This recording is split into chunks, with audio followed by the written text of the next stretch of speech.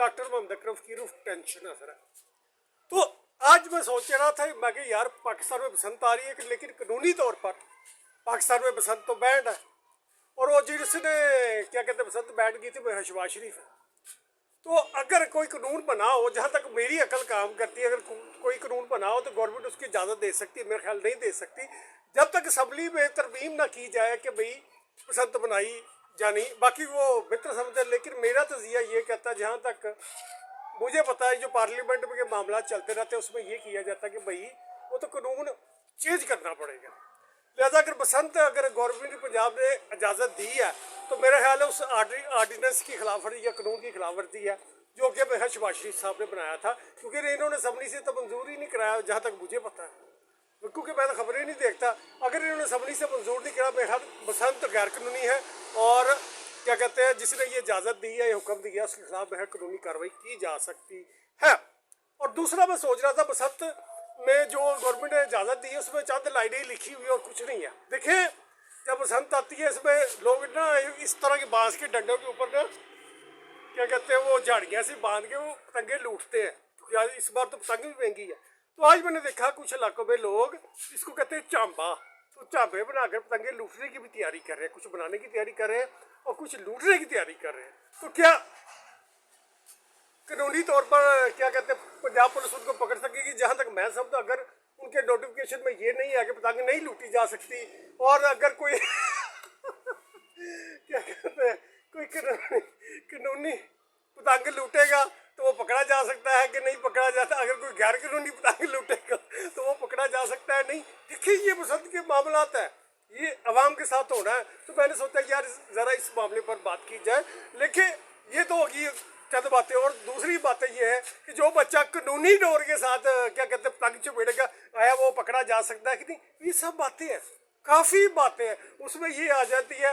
अगर वो किसी ने बसंत में डक लगाया हुआ, देखिए ये सब टेक्निकल चीज़ें हैं, देखिए कानून आर्डिनेंस में जहाँ तक मैं समझता इतना जिक्र नहीं है। और वो जो स्पीकर का लाउड स्पीकर का जो आर्डिनेंस लेकर लोगों पर गिरफ्तारियाँ की जा रही है उसमें ये तो मेंशन ही नहीं है कि भाई इतनी डेसिबल की आवाज़ होगी तो गिरफ्तार हो सकता है बंदा, अगर नहीं तो टेक्निकल तौर पर जो भी कवानीन बनाया गया है बसंत के, अगर जहाँ तक मैं अगर उन्होंने असम्बली से तरमीम नहीं कराई उस आर्डिनेंस की, उस कानून की, तो बहरहाल पंजाब गवर्नमेंट के चीफ मिनिस्टर ने उस कानून की खिलाफ वर्जी की है और उनके खिलाफ कार्रवाई हो सकती है अगर वकला चाहे। बाकी बेहतर वकला जानते हैं, लेकिन ये कुछ बातें थी जो मैं सोच रहा था। मैं कहा यार चाबे वाले अगर पुलिस फड़न लगे, लेकिन कानूनी तौर पर तो गवर्नमेंट ने वो पकड़ने का हुक्म नहीं दिया, ना वो आर्डिनेंस में जिक्र है जहाँ तक मैंने पढ़ा।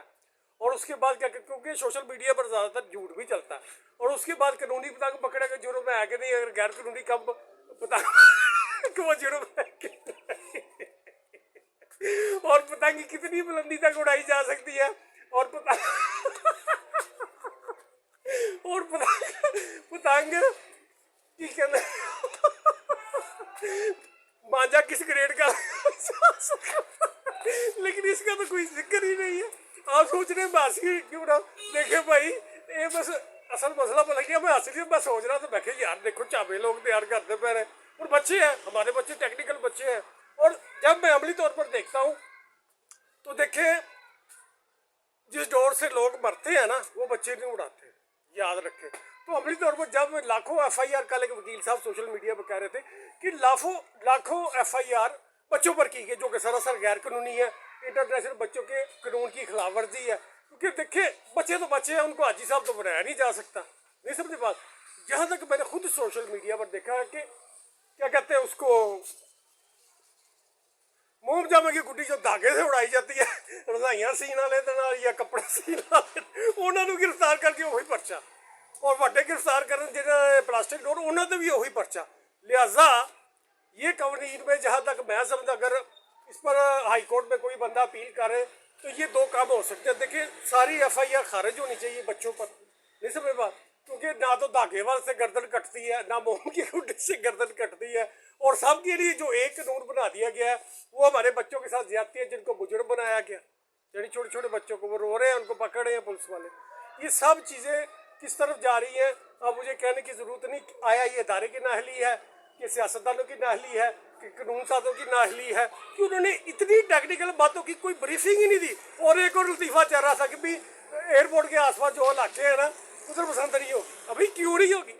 मैंने खुद उधर देखा गुड़िया उड़ती हुई। मैं जाते खुद अपनी बात करता हूँ, जहाज उतर है गुड़िया उड़ रही, आप सोचिए वो कितने। मेरे प्यारे भाई, एयरपोर्ट पता नहीं कहाँ होता रनवे, वो गुड़िया उड़ रही होती है। और याद रखे पटाखे की हाइट तक जाती है, उससे ऊपर वो नहीं जाती जी। और दूसरी बात ना कि जिस वजह से इन्होंने बंदी लगाई है, वो है ही फजूल सी बात। क्योंकि मैंने देखा बसंत में ससना त्यारे उड़ रहे होते हैं इधर।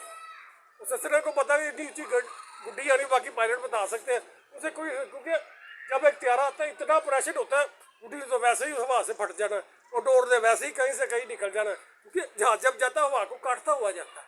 लिहाजा जब तक जामिया में ऐसे फैसले होंगे तो मेरे जैसा बंदा हंसेगा भाई हूँ एक त्यारा आ रहा है, वो कागज और जहाज नुकसान ना पहुँचा दे तो पाबंदी। परिंदा को तो बांध सकता हूँ ना मैं। परिंदे बेचारे जब जा रहे होते हैं तो उनको नहीं पता होता, तो क्या कहते हैं, वो जहाज के प्रेशर से हवा उनको खींच के ले जाती है इंजन के अंदर, तो वो मर जाते हैं, फिर धमाका हो जाता है। लिहाजा काइट फ्लाइंग की जो भी पसंद की पाबंदी है, अगर इन्होंने असम्बली से उस कानून में तरमीम नहीं की तो मेरे ख्याल ये पंजाब गवर्नमेंट का गैर कानूनी इकदाम है। और दूसरा बाकी वो चपेड़ों का चांबे का, क्योंकि वो सब गरीब आवाम करती है। पंजाब पुलिस मेरे ख्याल उनको नहीं पकड़ सकती, क्योंकि नोटिफिकेशन के पतंगे ना पकड़ने का तो जिक्र ही नहीं है। लिहाजा जो चीज़ का जिक्र ही नहीं है कानून में, पंजाब पुलिस उसके खिलाफ कार्रवाई नहीं कर सकती। बाकी रह गई बात, अल्लाह आपका भला करे, दीगर मामला में तो कुछ छोटे मोटे हादसे भी हो ही जाते हैं। मसलन जब पतंग आती है तो बच्चा पकड़ने की कोशिश करता है, बाद दफ़ा गिर जाता है, तो इसको मैं यही कहूँगी हादसा ही गिना जाएगा।